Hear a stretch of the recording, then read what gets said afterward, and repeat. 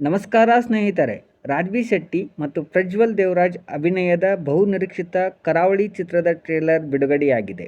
Trailer ನೋಡಿದ ಮೇಲೆ ಒಂದು ಪ್ರಶ್ನೆ ಎಲ್ಲರ ಮನಸ್ಸಿನಲ್ಲಿ ಮೂಡಿದೆ. ಇದು ಮತ್ತೊಂದು PAN India level Kannada cinema ಆಗತ್ತಾ? ಬನ್ನಿ ಟ್ರೇಲರ್ನಲ್ಲಿ ಏನೆಲ್ಲ ವಿಶೇಷ ಇದೆ ಅಂತ ನೋಡೋಣ.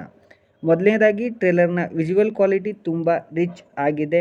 ಕರಾವಳಿ ಭಾಗದ ಪ್ರಕೃತಿ, ಮಳೆ, ಕಾಡು ಮತ್ತು ಕಡಲ ತೀರದ ಹಿನ್ನೆಲೆಯ ಸಿನಿಮಾಗೆ ವಿಭಿನ್ನ ಲುಕ್ ನೀಡುತ್ತದೆ.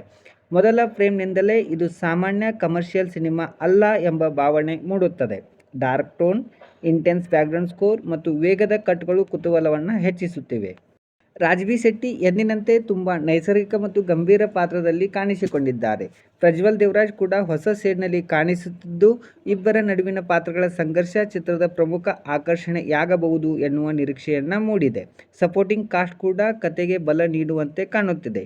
ಈ ಚಿತ್ರದ ಸಿನಿಮಾಟೋಗ್ರಫಿ ಟ್ರೇಲರ್ನ ದೊಡ್ಡ ಹೈಲೈಟ್. ಬ್ಯಾಕ್ಗ್ರೌಂಡ್ ಮ್ಯೂಸಿಕ್ ಕೂಡ ಪ್ರತಿಯೊಂದು ದೃಶ್ಯಕ್ಕೆ ತೀವ್ರತೆ ನೀಡುತ್ತದೆ. ಆಕ್ಷನ್ ದೃಶ್ಯಗಳು ಸ್ಟೈಲಿಶ್ ಆಗಿದ್ದರೂ ಕತೆಗೆ ಆದ್ಯತೆ ನೀಡುವಂತಿರುತ್ತದೆ. ಒಟ್ಟಿನಲ್ಲಿ ಟೆಕ್ನಿಕಲ್ ಕ್ವಾಲಿಟಿ ನೋಡಿದರೆ ಸಿನಿಮಾ ದೊಡ್ಡ ಮಟ್ಟದಲ್ಲಿ ನಿರ್ಮಾಣವಾಗುತ್ತಿರುವುದಂತೂ ಸ್ಪಷ್ಟ. ಒಟ್ಟಿನಲ್ಲಿ ಕರಾವಳಿ ಟ್ರೇಲರ್ ನಿರೀಕ್ಷೆ ಹೆಚ್ಚಿಸಿದೆ. ಆದರೆ ಟ್ರೇಲರ್ ಮಾತ್ರ ನೋಡಿ ಸಿನಿಮಾದ ಬಗ್ಗೆ ಅಂತಿಮ ತೀರ್ಮಾನಕ್ಕೆ ಬರುವುದು ಸರಿಯಲ್ಲ. ಚಿತ್ರ ಬಿಡುಗಡೆಯಾದ ನಂತರವೇ ಕತೆ, ನಿರೂಪಣೆ ಮತ್ತು ಪಾತ್ರಗಳ ಬಗ್ಗೆ ಸಂಪೂರ್ಣವಾಗಿ ಹೇಳಬಹುದು. ನಿಮಗೆ ಕರಾವಳಿ ಟ್ರೇಲರ್ ಹೇಗೆ ಅನಿಸಿತು? ಕಮೆಂಟ್ನಲ್ಲಿ ನಿಮ್ಮ ಅಭಿಪ್ರಾಯವನ್ನು ತಿಳಿಸಿ.